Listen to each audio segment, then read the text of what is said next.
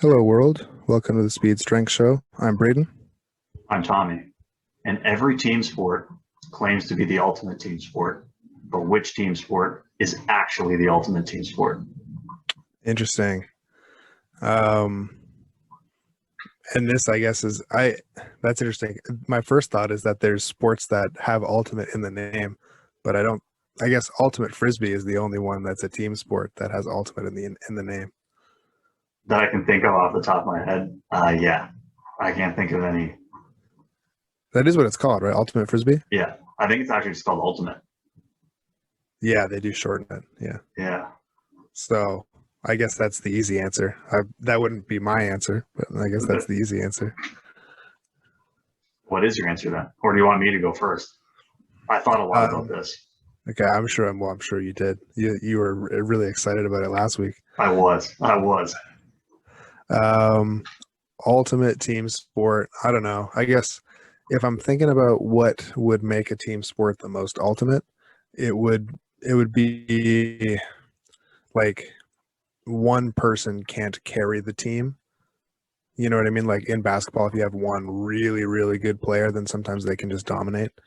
Um, whereas in football, like one player doesn't make as big of a difference typically, unless it's a quarterback.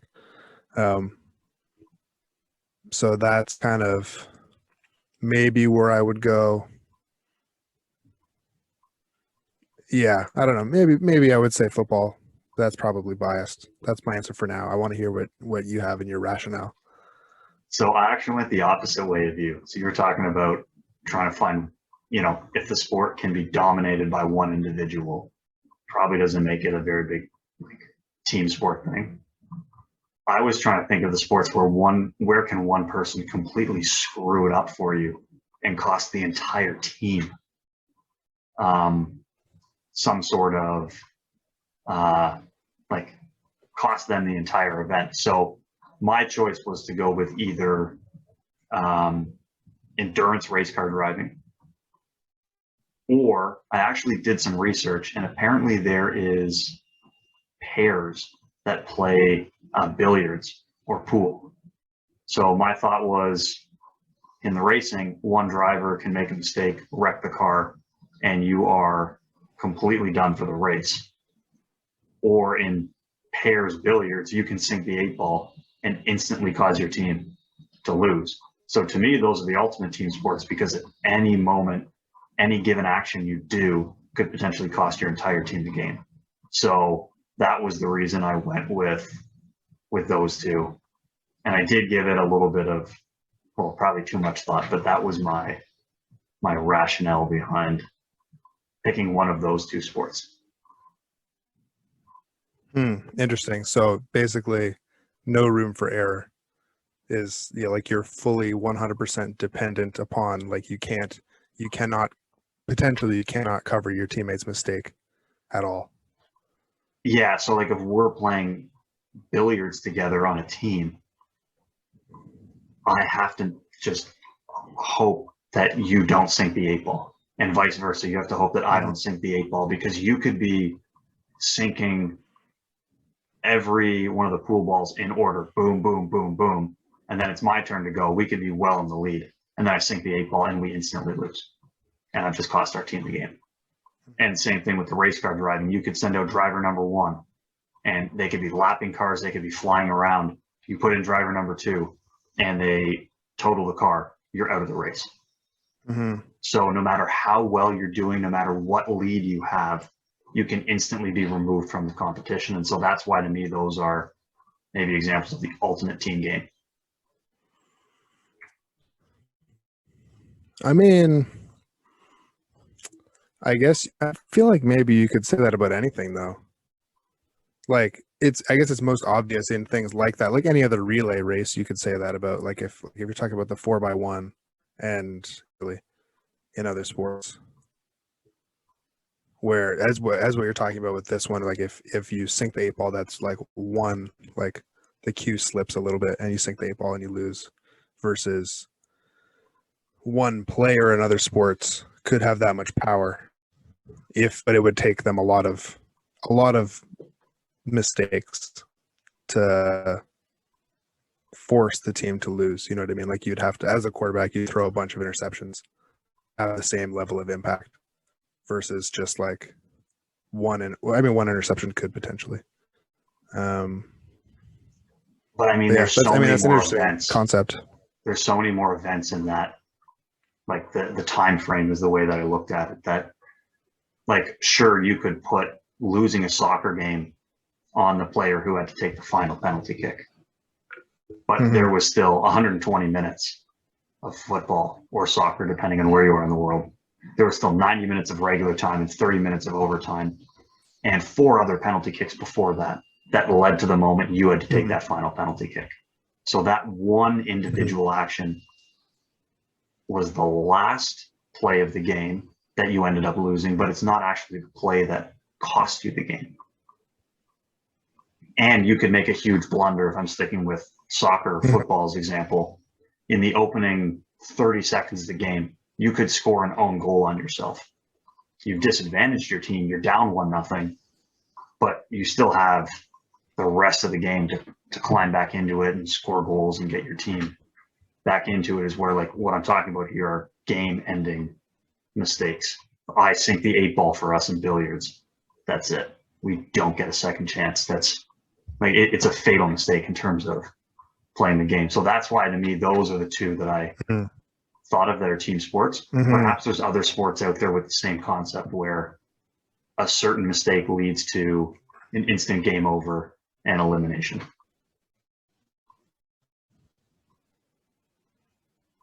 Right. Yeah. Complete disqualification. That makes sense. Yeah. Off the top of my head, I can't think of anything. Other than like powerlifting, I was just at my first powerlifting meet in like 2 years this past weekend, which was exciting. And one lifter who I wasn't handling this person, but this person was friends with the person I was handling. He missed all 3 bench attempts, and then you can't go on to deadlift. You cannot register total. It doesn't matter if you squatted like 3 million pounds, you can't win the meet because you didn't register a total. So it's the same kind of idea where it's 3 mistakes, technically 3 missed lifts in one event. But you're fully disqualified. It's not a team though, but that's it'd be like that. Similar idea. Yeah, I don't know. I can't think of any other team sports like that. I do like that idea though, where like you're so fully dependent upon your teammate because at any moment, like you could lose with you having no hope of redeeming your team. So yeah, I'm on board with that. I might go with the race car driving because the speed and the danger element makes it a little bit more ultimate in another fashion.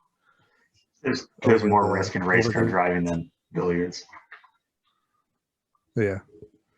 But yeah, that's interesting.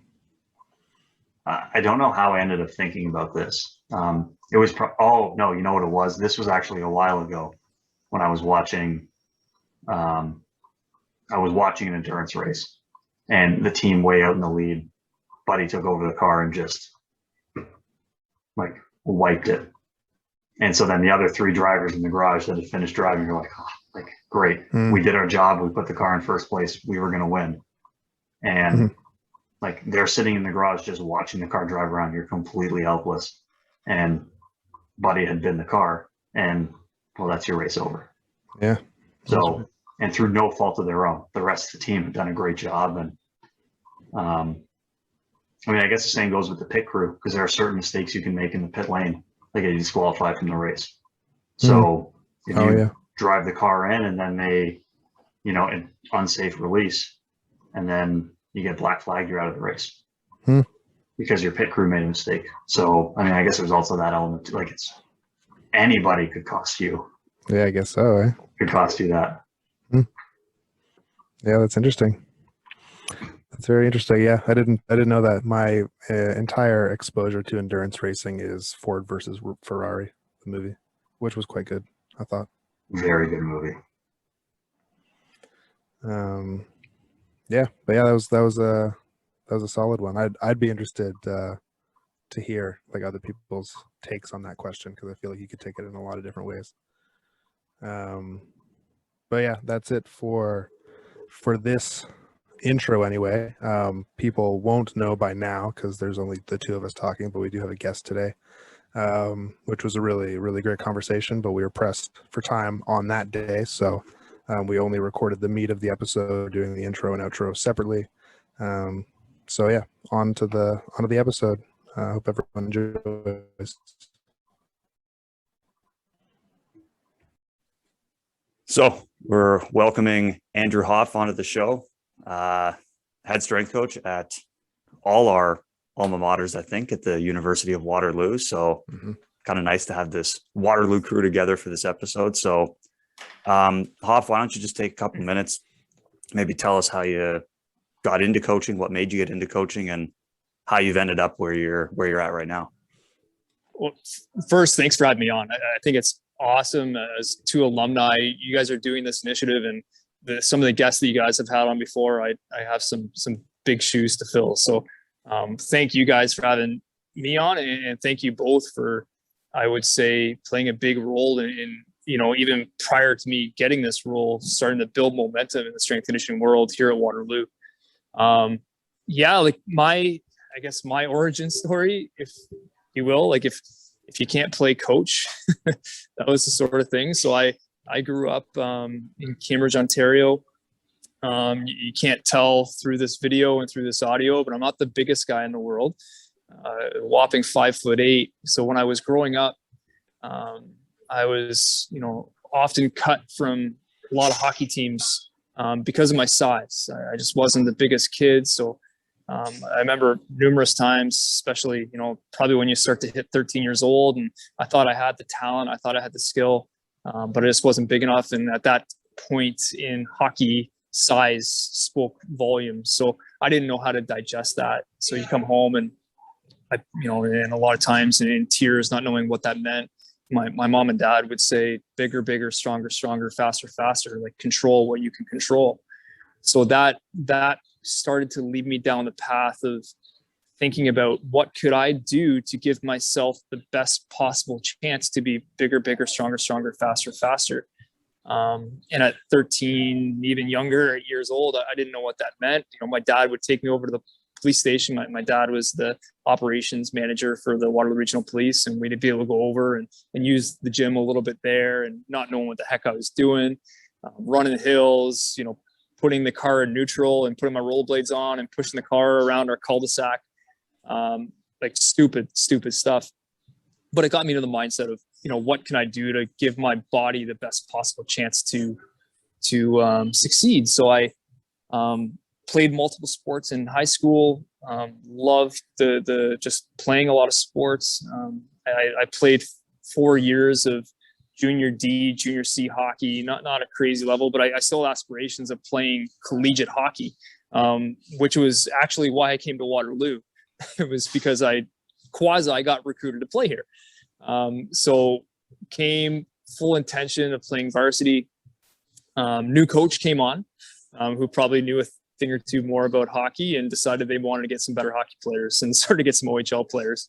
So all good. Didn't play varsity here, but really still had a crazy intense passion for training, for understanding the nuance and mechanisms in which one adapts to the training process.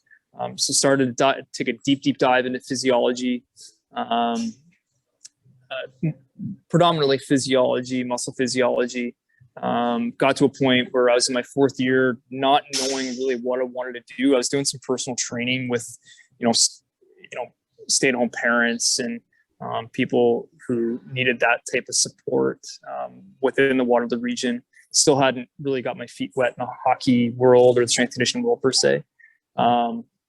Started my master's with the mindset that I was going to pursue my PhD and become a professor, because I worked hard and was pretty good academically. But during that time, I need to diversify my portfolio a little bit. So I started to volunteer with the men's hockey team as their strength coach, without any strength conditioning experience. So the Brian Burke, was our associate athletic director here, was, kind enough. I guess he saw some passion in me and let me do it. But I started to do some, video with them. I was doing power play cutting. I was doing anything and everything I could do to be a contributing member to that team. And it was during that time I'm like, no, this is 100% what I want to do. I want to be a strength coach. So I just started putting myself out there. I started volunteering with some hockey camps. I kept doing, I thought was a really good job with the men's hockey team here. It was hard because at that time, like I knew for sure I didn't want to pursue academia. So it was a matter of, hey, doing a really good job with my master's, which ended up being an awesome experience in terms of understanding the detail and the nuance of research and how finding ways to keep your methodologies in a testing world reliable and valid, and what it means to collecting data in a multi-sport environment and how important that would be. So I took a ton of skills from that. So after I finished my master's, I ended up starting my own business out of the back of my van. At that time, I was fortunate enough, so there was a guest speaker that was sick one day or something like that for a OHL event. They needed someone to come talk on nutrition. So at that point, I obviously taken a deep dive into physiology. I'd worked at a nutrition store that has since the whole corporation actually closed. So I worked there for 5 years selling supplements, and again, fortunate there because I could study while working essentially because it was part of the job. So when I did the speaking event, I got someone was there who was Andy Brown, who's the athletic therapist for the Owen Sound Attack, was there, and he's like, "Hey, you ever thought about being a strength coach in the OHL?" And I'm like, "Yes, I would love that."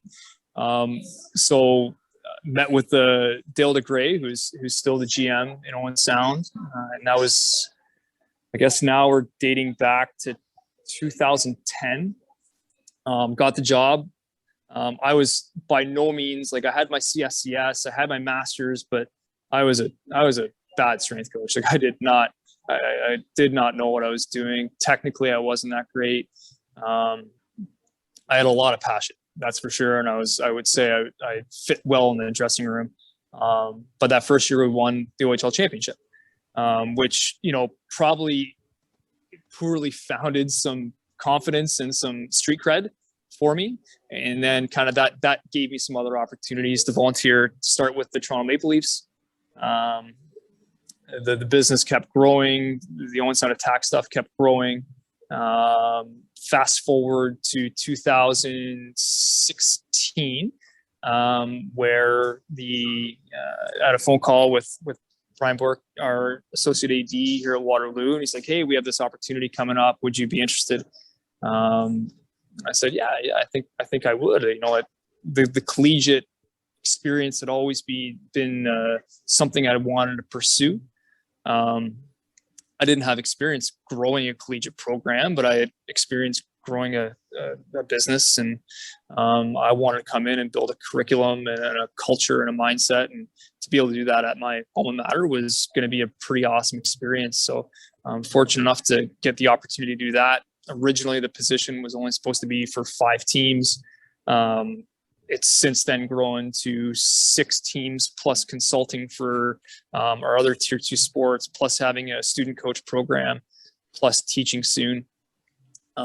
So it's incredible I feel very, very fortunate. Yes, I've worked very hard. So I don't want to say lucky. I think I've worked hard for it, but I feel very fortunate that we continue to have impact on a daily basis. And I feel lucky as well that now going in my 4th year, it's kind of a part-time job, but like my 4th year being able to consult with the St. Louis Blues as their development strength coach. So I have the opportunity to go down to St. Louis. Usually it's twice a year. I get to go down and be there for 4 to 5 days and work with our director of performance, Ryan Padell, work with our prospects who are recently drafted and help be a resource for them in their journey to chase their dreams. So I think I've really found my niche. I have no desire to be at the pro level in terms of full-time, like where I am right now, dealing with developing athletes who are chasing their dreams at the collegiate level. And there is, I've found where I want to be. So that's I guess the story, and it comes down to I've been doing it now since I was on it, like not on and off, just purely on for now the better part of 18 years. Since I was 18, 19, working at soccer camps and hockey camps, doing their dry land. And I'm as passionate, or maybe even more passionate than I was on day one. Well, yeah, I mean, thanks for sharing your story for sure. We'll get into some other stuff at some point, but first, I think that's a great takeaway for any, young aspiring strength coaches, just to, well, A, find what you're passionate about and just follow that. And B, just kind of like get out there and get experiences and volunteer and put yourself out there and learn on the job. And, you're going to make mistakes, but you learn from it and then eventually be able to help more and more people from it. So, yeah. Totally.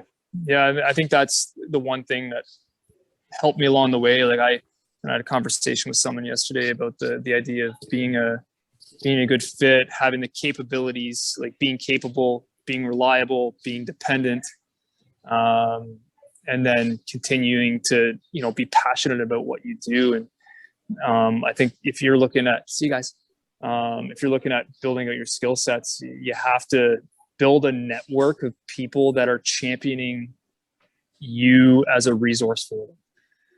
Because if you have a large network of people that are, screaming on a mountaintop for you, then good chances you're going to have, you're not going to have employment worries down the road. That's right. And yeah, so we were talking a little bit before, you alluded to it just now, about how like it's a big job and it's just you, and it was supposed to only be 5 in, a perfect world. 5 is a lot of teams anyway for one person to be responsible for, and then it's grown since then. So we wanted to talk to you about like, how can you manage so many teams, so many athletes, so many different sports, and still service them to the highest level possible, as you were alluding to. So yeah, I guess like what's your first approach, or when you got there, like how do you start tackling that problem? Yeah, I think the first step is to structure our coaching schedule in a way that allows you to have as much opportunity to build relationships as possible. So what I mean by that is, at the beginning of the year, my hope is that I get to see all of our athletes. Reality is our 3rd, 4th, 5th year players are probably going to be getting more sport competition time than our 1st, 2nd year players. So our 1st, 2nd year players in season might train, I call it 3.5 times per week. And our players that are getting more competition time are probably training 2 to 2.5 times per week.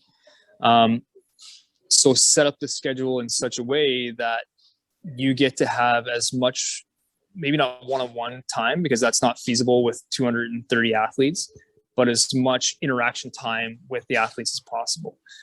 What that allows me to do is to build really, really good relationships with them, so that ultimately we have such a good rapport that they trust me that I'm going to make the best decision possible for them, and that I can make sure that their time in here is the best part of their day. That's at a super high level. And when I talk about the culture and the experience that I want our students to have when leaving here, I want them to be able to go out and absolutely love their time in the gym, so that they care about their bodies and they have a curriculum that they can lean on for the rest of their lives, because they're not always going to have a strength coach. And then I'm guessing your question is really getting to, how do you program and facilitate a strength conditioning system that adheres to best practices. And that is a tricky thing to do for sure. And I think what I come back to is developing a curriculum, and educating our athletes on the curriculum, and that there's a thoughtful and evidence-based progression system and regression system to what we do. We have invested in a online software that allows me as a coach to deliver those programs and make adjustments in real time, and also allow things to be tracked in a proper way. So essentially how I go about programming here at Waterloo is, number one, before our athletes even get to campus, we have a 16 to 20 week build up program that is purely curriculum driven. So what do I want those athletes, what skill sets do I want them to be able to execute before they even get to campus? So can they squat bilaterally properly? Can they split squat properly? Can they lunge properly? Can they do a push-up properly? Can they overhead press properly? Can they horizontal roll properly? Can they vertical roll properly?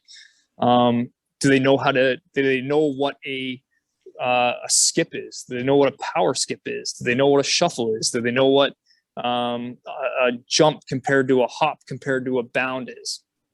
And if we can get that in place before they even get to campus, then that's going to set us up really well to move forward. What I then do is, if we're calling it starting in September, the reality is we're an in-season program, so we're going to keep things really, really simple. Predominantly, we're going to make sure we're doing things that are mitigating strength losses. But at the same time, not overwhelming the nervous and muscular system in a way that could create some negative impacts or risk of injury down the road. So we'll keep it simple for the most part during the competitive season. Once we hit December, we might use December when it's exam time. We don't have competition to introduce. If we do want to, introduce some new patterns for the second half of the year, we'll use December to really teach those. And then come the summertime or the quote unquote off season is when we'll really look to say, okay, we'll start to get more sport specific and go from more of a general to specific sort of thing with each of our sports. So we'll start with, a general strength accumulation block and progressively get more intense and more specific to the patterns, to the level of activation, the planes in which the athletes move, and more the level of execution that our sport coaches are going to ask of our athletes before they hit training camp, so that when they hit training camp, there's, their bodies aren't thrown into a situation where they're being exposed to an activity or level of activity or duration activity that they're not prepared for. So. I really like that idea about the incoming program, where you talked about that 16 to 20 weeks to build people into it. And I've heard the similar idea from a clinician who actually was talking about, well, regardless of somebody I'm coming in to treat, I need them to be able to do A, B, and C. Because if they can't do that, well, that's the first thing I'm going to do with them. So they've actually implemented a little bit of that program. So that way, anyone who wants to come see them in the clinic, they take care of A, B, and C first on their own. They learn about some of the stuff, and then they spend time with them in the clinic. So that way they're not effectively wasting that person's time with stuff that they need to do. So I really like that idea. I've never thought about how it could be applied in an S&T context, but that's a really, really great idea on, hey, like you said, 230 athletes, who knows how many are coming in every year that are being recruited. If you can be competent with these things before you get here, that's going to make everyone's experience a lot better than it would have been if you have to try to do that with a large group of people at the start of the year. Yeah, it's when you're dealing with this many athletes, it really is about finding a way to, I go back and forth, right? Like as a strength coach, you always want to be the facilitator, you want to do that. But what I've come to learn is like our role should almost be to try to make athletes as autonomous as possible so that they can drive culture, and that you can be there to make sure that, the culture and the whole program is staying on the road that you want. And then if an athlete veers off the road, then you can pull them back in. But the more you can get people speaking the same language, they understand the terminology and the verbiage that goes into strength and conditioning. Now you're not taking, 15 minutes at the beginning of the session and explaining absolutely everything. It's like, here's what we're doing. Questions? No, go. And then you're spending more time coaching and building relationships rather than, being a police officer at a intersection with the lights out, trying to make sure everyone's going the proper way. So I think that's what's allowed us to, it's not perfect by any means, because if you're here at 7:00 this morning, I was acting like a police officer but like it's the goal, my mindset is to get to a point where the kids know what is expected, and I have very, very high expectations. And then I can be flexible enough to build relationships that allow me to actually coach rather than just being a facilitator. Yeah, that's super, super valuable. And like, I like what you said at the beginning too about building the relationships. Is like, I think that's arguably the most important thing you can do as a coach. Like, everyone's heard the saying, like, nobody cares what you know until they know that you care. And you know, you have so much more impact, and that just speaks to like people enjoying their time in the gym, enjoying their time with you. And if they understand what they're doing, then it's so much easier for them to put the intent into the movements that you want them to have as well, and take ownership over the program and ownership over like helping their fellow teammates along and all those sorts of things. And it just, yeah, it fosters an incredible culture. And especially for the new kids, like the rookies coming in, you know, that's what takes the most time, I would imagine anyway, is getting them up to speed. And if you can do that all before they even get to campus, that's amazing. Yeah. And it's, I would say, going back to the, you know, show how much you care before how much you know sort of thing. Like, I think because I'm guessing there's a lot of young aspiring practitioners that would be listening to this call. And I think it's very like, yes, absolutely. Don't get caught just caring more than what you're capable of though. Right. Like if you're cashing checks that your experience and your skill sets can't pay for, then that's not a good situation. Right. And I think I was fortunate enough because when I started, although I had my master's and I had my CSCS, I was not a technically really good strength coach. I cared a lot, but I made a lot of mistakes along the way because of that. So it's that fine balance between like, yeah, like, you know, express your passion, care to the cows come home, but continue to work on your capabilities. Because if you don't, then there's that imbalance. So I guess getting a little bit more detailed, or how detailed are you able to get then with the programs, or how much autonomy do you give the athletes into like choosing the stuff that they want to be doing?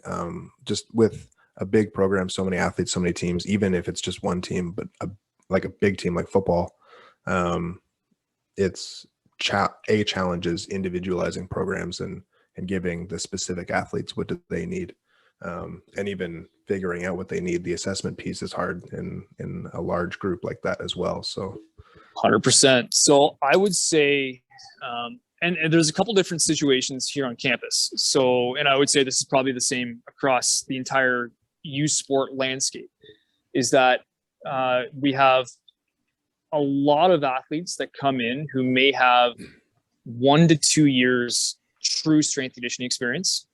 And then we have some athletes, more so our hockey athletes or our men's hockey athletes, who might have 6 to 8 years strength conditioning experience. So I acknowledge that, I know that. So I guess first and foremost is know how much experience and the capabilities the athletes have coming in to do things in the gym, and try to not pad their egos, but, you know, give them a little bit of space to, you know, express their confidence in their abilities. I would say that freedom is earned. So again, my hope is by the time someone's in their 4th or 5th year, they're actually part of the decision-making process with me in terms of what they're going to do.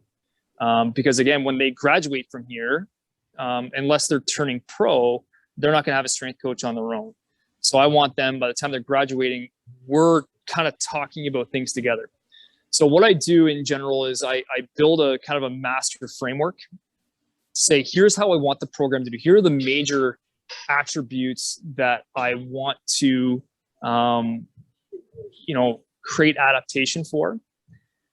And then I start to look at our assessment model to make decisions that best achieve those attributes.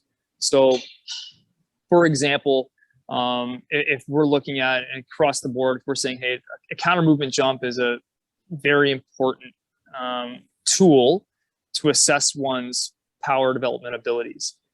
Now, optimizing that jump ability can come from multiple different ways, and we'll use the force plates to achieve like what's the best route for this athlete to get to optimize their performance. So we'll take a step back before we even start talking about that. Is like, okay, can the athlete squat properly? Can they hinge properly? Can they lift properly?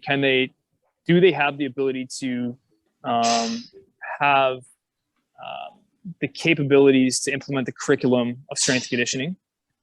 Then can they actually express a certain level of capacity?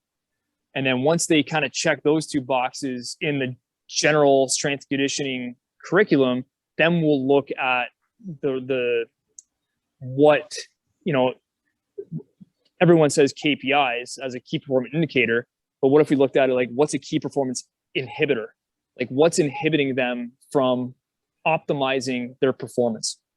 So that's where we'll look at their data to say, okay, are you going to be a athlete that needs more peak force work in your program? Are you an athlete that needs more rate of force development work? Are you an athlete that needs more impulse work in your programming to maximize your power production abilities, and then make decisions along the way with that? So we'll have the master framework. Hey, if you can't execute a front squat really, really well, whatever, body weight for 5 reps, that's on the low end spectrum, but that's priority number one. And then once we check that box, you have a really, really strong foundation of strength.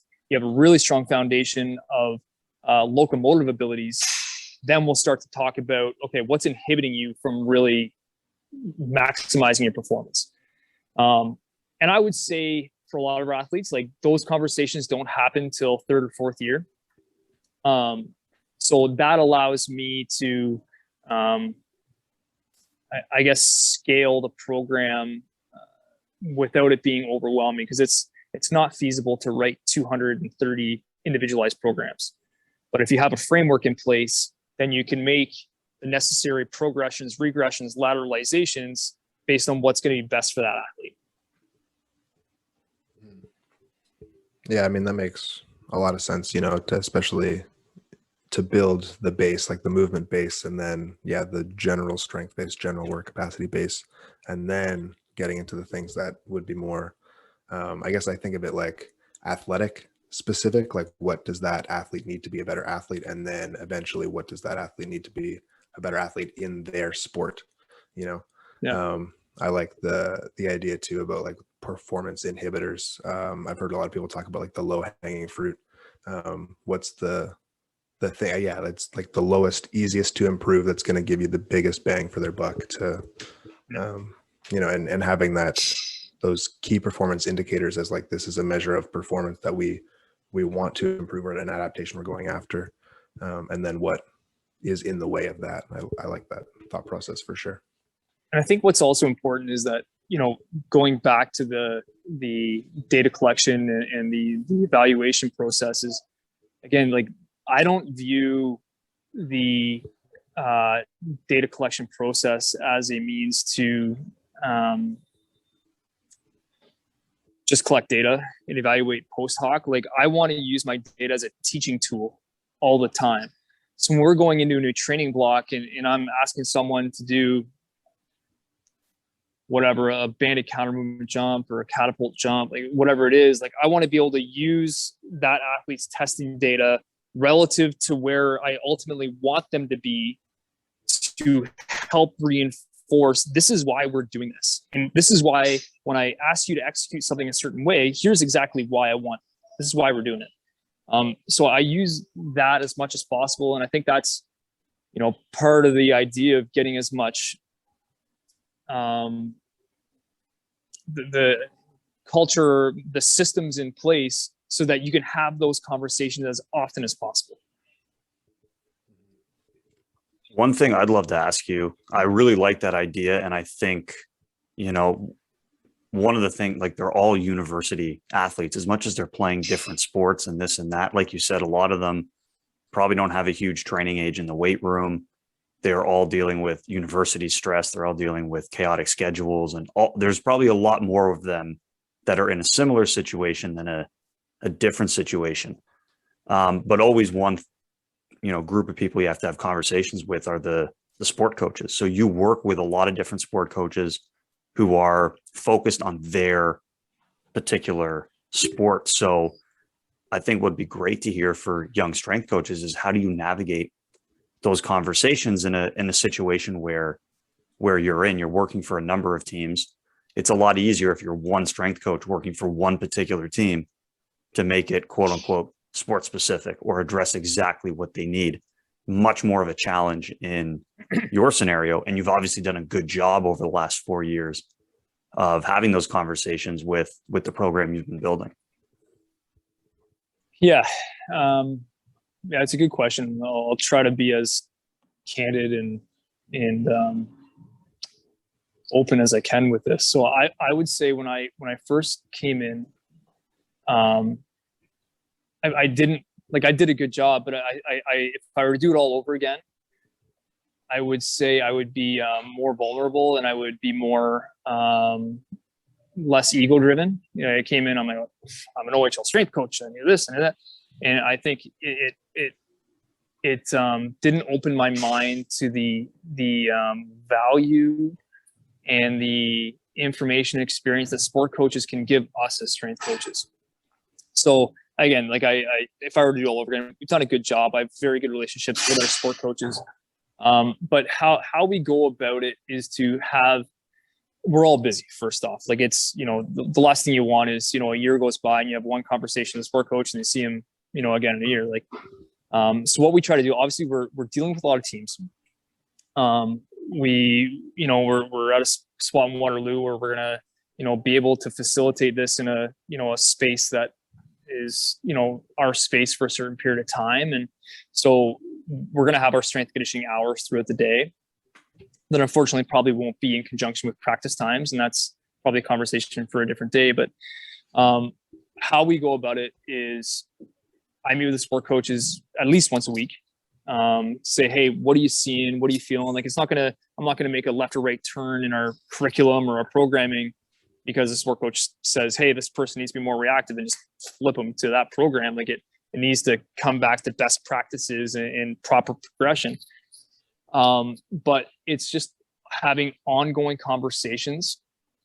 I think it's also being a student of sport, so that, and I always say for me, the sport I need to grow with the most is probably basketball, and learning the language of sport. But I watch the sport and I learn the sport, and I try to develop a language for the sport, so that when a coach says something to me where a player is limiting, obviously I can't control skill in sport, but if they're limiting their ability to, be strong in the post, or, they're having a hard time cutting or opening up, those are things that we can control. So, and then do the thing that they're asking, if I can implement in a strength and conditioning world, if I can implement some new skill sets and then follow up with them.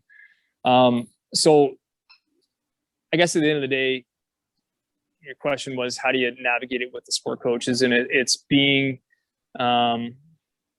coming at it, understanding that the sport coach is an expert in their sport. Not all of them. Some of them have a really, really good background in strength conditioning, but go into it as a student thinking, what can I learn from this sport coach? Not come at it like, hey, this is the strength conditioning program, this is what we're doing, blah, blah, blah, blah. They're experts in their sport. They know what elite performance is in their sport. You're an expert in strength and conditioning. So how do we combine those minds together to be speaking the same language and optimizing the student athlete experience? Because at the end of the day, we're here for the athletes. That's both parties are here for the athletes. So how do we work together so that we're doing what's best for them long term? And then also I would say, find, I think every athlete likes to know that they're doing things that are progressively working towards specifically improving their ability to have higher capabilities and capacity in their sport. So I'm trying to stay away from the sport specific terminology a little bit. I'm okay with that. but it also leads to compliance and buy in with the program. So like, again, if you can, let's say with our basketball players right now, and we're doing rotational hide-ins, and then we're transitioning into a shuffle, to a open up, another shuffle to a sprint. Like, again, it's an agility drill, but it's basketball minded. And I think they appreciate that, and you're going to get a little bit of buy-in too. So, trying to find opportunities to make things more sport related as you get closer to the season, is a good way to, not so much with the sport coach, but with the sport specific athletes, to get more buy-in with them. Yeah, I think that's great things to say to, like I said, if there's younger coaches listening or people that are in the same situation as you where, hey, I'm one coach and I got a lot of teams that I'm working with, how to navigate that and some of the lessons they can learn from you. I think that's great advice to share with everyone. Yeah, I think too, just helpful going into any conversation with, any coach or a parent or, an athlete, that, yeah, they know themselves, they know their sport, they know their, child or whatever. Like, they always have expertise that you don't have. And the more you can go into it thinking like with a student mindset, trying to learn, trying to gain information to better help the person that you're working with, you will be able to help them better. And then B, I think it gives the other people more license to bring that same mindset, instead of, if you come in with an ego, then they're going to show their ego, and then you're just butting heads the entire time and nobody gets anywhere. But if, you want to learn, then maybe they want to learn from you. And then there's a lot more room to work together. And I think it's really, really hard, because when you're a young strength coach and you're not fully confident in your systems, in your philosophy, and your abilities, you're trying to build your ego and your confidence in yourself. So you're probably, in hindsight, having conversations that you look back and, I should have done that differently. I was protecting my ego there. I was, blurting out information and not listening. And it's taken me 15 years and I still have moments where I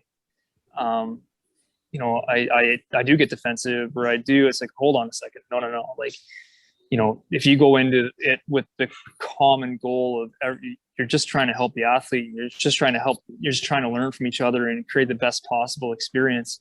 And if you're doing that with a parent, if you're doing that with a coach, if you're doing that with an athlete, then I think you're coming at it from a really good mindset.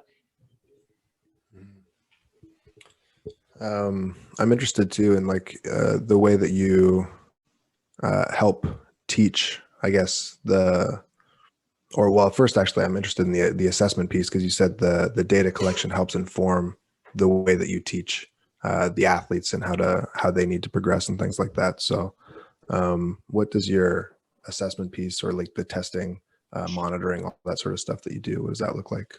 Sure.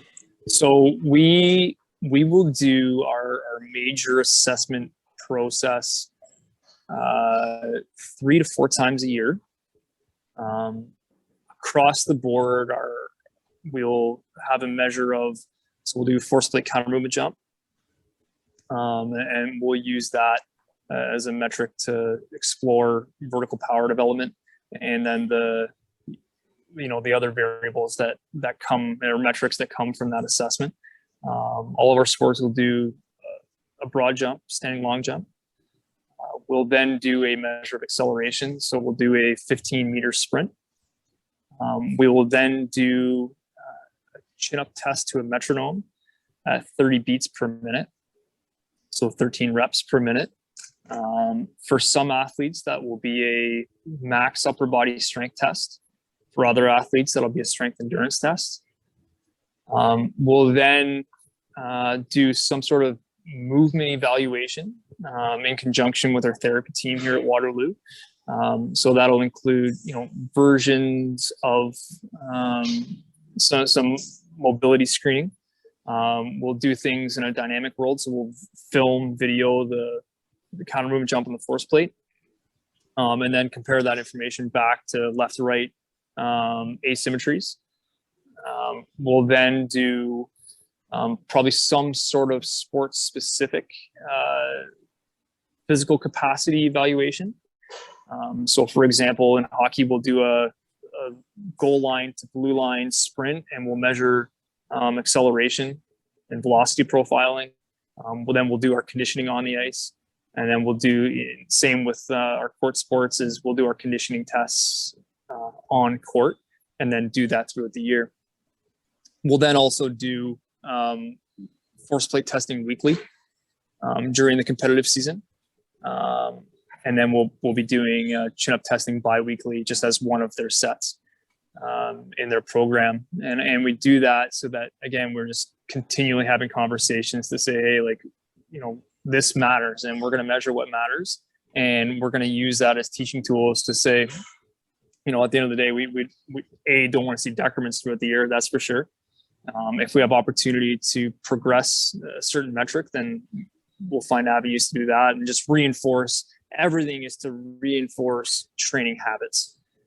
That's, again, at the end of the day, if someone has crappy training habits, like, that's priority number one for me. Not getting their counter movement jump up by 5 centimeters. No, we're going to work on training habits, and then try to use the data to reinforce that.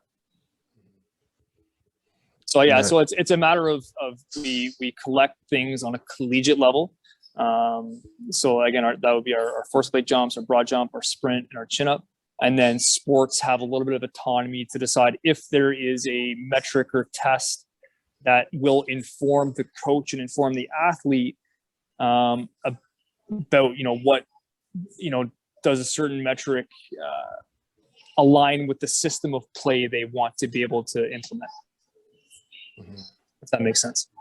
Yeah, definitely. And then I guess you were talking about using the data. You alluded to it a little bit there for sure.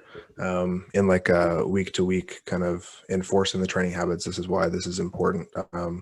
How does that, like the bigger tests, the like 3 to 4 times a year tests, feed into like your curriculum and the overarching, like teaching the athlete what they need and how to work towards certain goals and things like that, and feed into the autonomy piece? Yeah, well, I think, you know, what we're experiencing is if an athlete implements a curriculum that adheres to best practices, does things in a safe way that mitigates as much injury risk as possible, which means they can keep training, because if they're injured, then they're going to have some significant amount of detraining, then we should see a certain level of progression in those metrics during their time here at Waterloo. So that's how those, if someone's here for 4 years, those 12 to 16 time points serve to reinforce the curriculum that we want to instill. So I guess at the end of the day, like obviously when we're in the gym, there's rah when someone hits a PR and stuff like that, but I'm really not interested in those massive PRs. We're not powerlifters for our sports. I'm much more interested in if someone can continually express a certain level of capacity in the movements that we're asking them. But if those movements aren't translating to performance improvements, then we have to look back and say, okay, maybe this might not be the right stressor for this athlete, and have an honest look at it. Because at the end of the day, like, yes, I want everyone here to be able to express a capability in the curriculum that we have, but at some point we do need to have conversations of, is it actually translating into improved physical performance abilities? Because if it's not, then you're just getting good at the curriculum. So we need to really think about, is it actually making you better in sport? And that's part of the high level collection of data, looking at program development. So I mean sport development. Like, is a sport program progressing the way they should be? And then if not, then it's just an honest look and say, okay, cool. Well, we have to find a different way to get you the result we want. Yeah. I really like that balanced approach. There's input from the S&C, there's input from sport, there's input from the clinicians and the therapy side, and it's all coming together in, like you said, a complete or a fuller assessment and look at how teams and athletes and sports and everything's progressing forward. So I like the collaborative piece of it's not just you're strength testing people to see where they're at strength wise to say, hey, look, they got stronger. My job is safe. It's a really collaborative approach, it sounds like. And I like that a lot. Yeah, it's hard because as a strength coach, you want to know like you're having impacts with what you're doing. And a lot of times like, okay, well, if your deadlift went up 20 pounds, like I'm doing my job. Like, well, like, man, I'm not like, yes, I'm here because I want to be an advocate and a mentor for best practices in strength conditioning. I want to teach our student strength coaches how to be a reliable, a capable and dependent practitioner in this world of strength and therapy. But frig, I want to win. Like I want to win. Like there's nothing like I want to be at 6 nationals championships and I have to fly across the province or across the friggin' country because I need to be at every one cheering our athletes on. Like that's what I want. No one who loves sport enjoys losing. Like you said, you got to love winning. That's not lost on me. Yes, I'm a strength coach for all the teams, but like when I go to a game and it's a playoff game and we lose, like I'm gutted. I'm absolutely gutted. And the kids know that. And I think that's the thing too, is like the kids, like they know I'm invested in sport. And you can probably tell my voice, I'm getting fired up now because like the competitive, it's coming. Right. And it's it's hard because as a strength coach, we don't have control in sport. And there's only, so much that we can do, but, and at the end of the day, like I have conversations with people like that, you have to be kind of stone cold and you have to just kind of come in and do your job and stay in your lane. But that's just not who I am. Like, I just can't, like, I have to be a cheerleader, and go in. And my wife always chirps me because I can't go and ever just watch a game. Like obviously hockey's the sport that I'm most familiar with. And I don't know the nuance of systems in volleyball and basketball, but I can't just go and watch a game. Like I'm critiquing and I'm looking at, stride angles. I'm looking at, is an athlete opening up and making right decisions, or are they making poor decisions because they're fatigued? And so unfortunately I can't just watch sport just to be a fan. I think we're all in the same boat. Yeah. Well, I mean, that's obviously a really, really important piece as well. And I mean, arguably the most important, like the reason we're here is to help the teams win, right? So if we didn't have an impact, then we wouldn't have jobs. Yeah, 100%. But it's a super, super hard thing, I think anyway, to know that what you're doing is carrying over to the field or the court or the ice, how do you, I guess, assess whether or not what you're doing is carrying over to the sport? Yeah, that's a really, really good question. So, and we're still figuring this out. And I know 100% there's other institutions that across all collegiate programs, probably they're doing a better job than we are right now. And we're getting there. So what we've challenged our sport coaches to do is come up with, you can't just measure on wins and losses, and you can't win base sustained development and team fulfillment, I'll call it, not team success, just on winning championships, because only one team wins a championship every year, so that shouldn't be your indicator. So what we've challenged our coaches to do is say, hey, like what sport metrics would you choose that best validate your team's system for success? What individual metrics will you assign to sport players to say, hey, like you're performing better? It's a huge task, and this is the world of sports science. to do. So we're not there yet. But so to challenge our coaches to come up with those things, report in on those things on a yearly basis, and to say, hey, look, hey, is our performance system working in the specific sports, and not just sports in the sport, but in the system that you want to implement for your sport. So finding metrics that validate your system of coaching. So that's how we're going to attempt to do that. That's a huge job to be actually able to implement. And then combine that with, the S&C metrics, and, hey, if we're physically getting, if our performance metrics in the S&C world are getting a lot better, but our sport metrics aren't getting better, then, okay, well, maybe we have to have a conversation of, okay, we've really topped out on this bucket of strength conditioning. Like, we're doing a really good job there. Do we need to look more at sport psych? Do we need to look more at skill development? Do we need to look more at the systems or tactical side of sport? And that's kind of, again, that's not my job right now to have those conversations with sport coaches, but ultimately that's what high performance is again, finding out what is inhibiting your team's ability to win. So that's ultimately how we're going to aspire to look at this holistic approach. But it takes a long time to get there. And it's also an evolving conversation, because recruits change, player personnel change,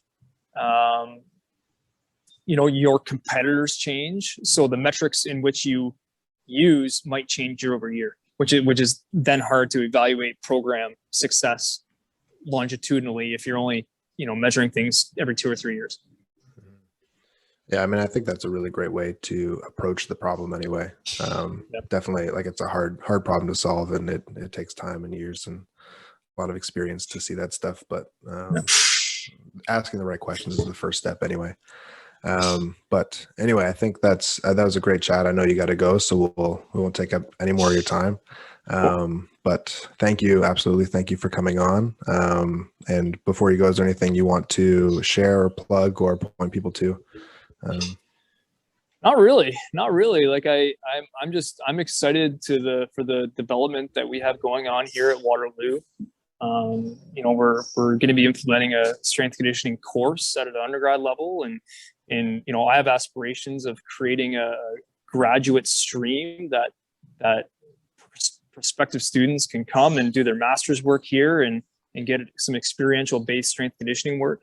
So that, when they leave, they have a tremendous amount of experience, technically in this world, but then also working directly with our sport coaches, so that they can leave and continue to build this. There's more momentum in Canada now than there ever has been in the strength conditioning world. I feel there's more and more jobs becoming available as strength conditioning practitioners. So I'm just really excited to be part of a network of people, at least across here in Ontario, that are trying to, make this thing a recognized, registered profession. So that's my plug. I love it, man. I love to see the Waterloo's in a good place, and that you're taking this program to new heights. I mean, that's awesome to see. Especially, I think, from me and Braden both coming from being varsity athletes at the school and seeing, man, I would have loved to have stuff like this when I was competing there. So I mean, it's awesome to see that Waterloo is, taking steps forward and just continuing to climb to the top. So thanks for, the time coming on today and sharing your ideas and knowledge with people. And thank you for doing a good job at, personally at the school we went to. Yeah, and, awesome. Had a good time at. So really appreciate it. Thanks for having me, guys. It's always good. And I'm sure at some point there's going to be a part 2. Oh, we'd love to have you back for sure. Absolutely. Once we get some of these things in place, then we'll let you know how it's going. Yeah. All right. So perfect. All right. Thanks for your time, Hopf. Thanks, guys. Okay, I'm going to chime out. Yep. And wouldn't be the Speed Strength Show without capping it off with some music chats. And we thought it'd be fun today, with it being a little Waterloo S&C reunion to talk about some of our favorite pack music selections. We choose pack specifically because we didn't spend very much time at the CIF, generally speaking, anyway.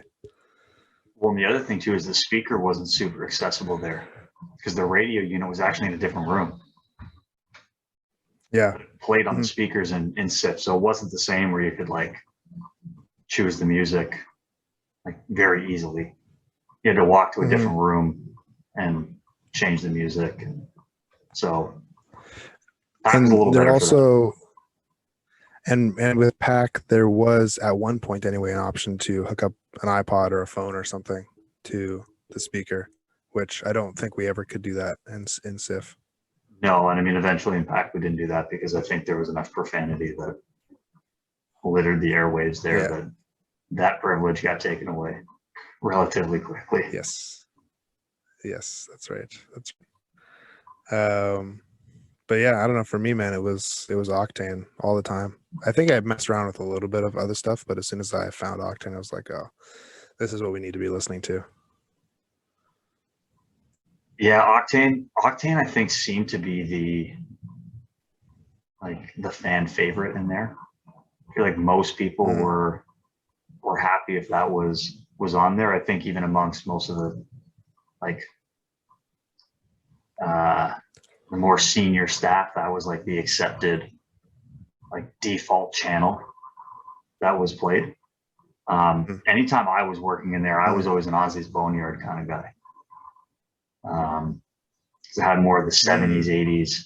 I feel like that's not. Yeah, I feel like that's not too far away. Like it's a similar vibe anyway. You can probably get away with one or the other. Yeah. But that was my go-to because I liked a little bit of the older 70s, 80s metal. As where Octane was playing like the most recent stuff that was coming out. Yeah. Yeah, that's right.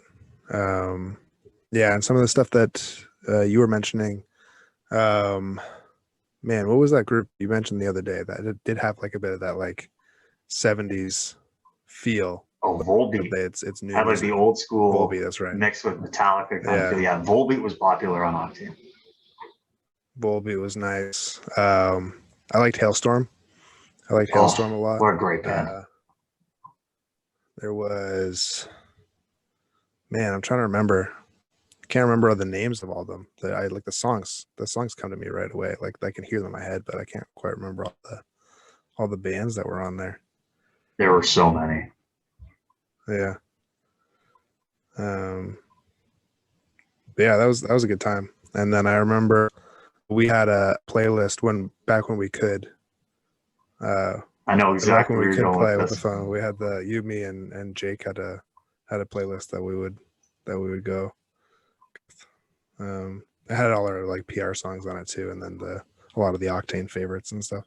Yeah, and then how did we create that? Wasn't it like each of us brought 10 songs to the table or whatever, and then that was the playlist, or like it was a combination of like, yeah, okay, that's a good idea, toss it in. Okay, I like that, toss it in. Yeah, I don't know if it was a set number, but I think I remember us like at your house probably. Yeah, that's where we hung out. Creating that. Yeah. Probably over a round of golf. Yeah, tea time. Yeah, tea time. Yeah. I love that people genuinely thought we were going golfing in like January. Yeah, guys, we got to get out of here. We got tea time. Yeah. Meanwhile, we're just going home to play like PGA Tour 2016 or whatever it was in the PlayStation. Well, I mean, if it was mine, I think it was 2008 maybe. Were we playing like a real old school one? I mean, I was terrible at it. So if it was mine, I don't know. I'm assuming it was mine, but yeah, big throwback. It was a good time. But yeah, I think you're right. It probably got made in my living room at the time, and we were just tossing tunes around. And next thing you know, the playlist was made, and yeah, we threw that on quite a bit. Yeah, we did. I remember. I don't remember. Again, I can't remember what the song was called, but Jake had a specific one that he wanted to listen to, which I thought was pretty good. I did enjoy. And he had like his knee wraps on while he was maxing out his leg press. I remember that day.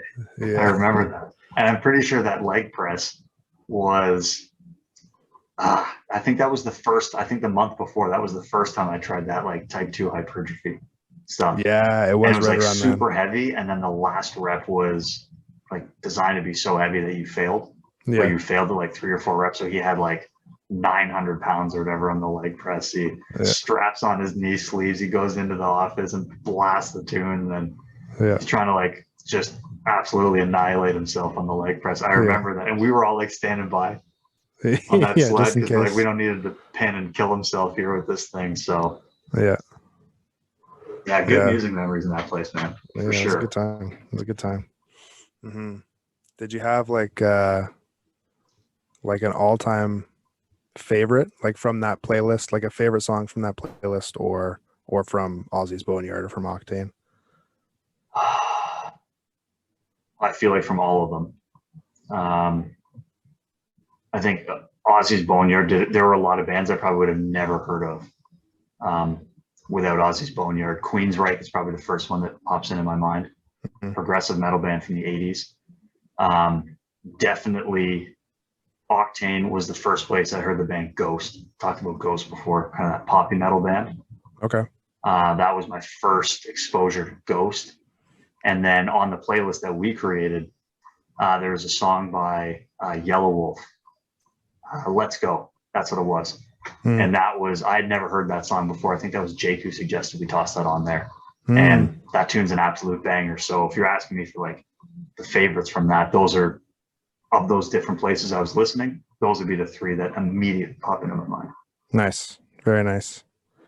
Yeah, for me, I think Hailstorm, the song that sticks out the most from Octane was probably I Miss the Misery by Hailstorm. Ooh, okay. Yeah.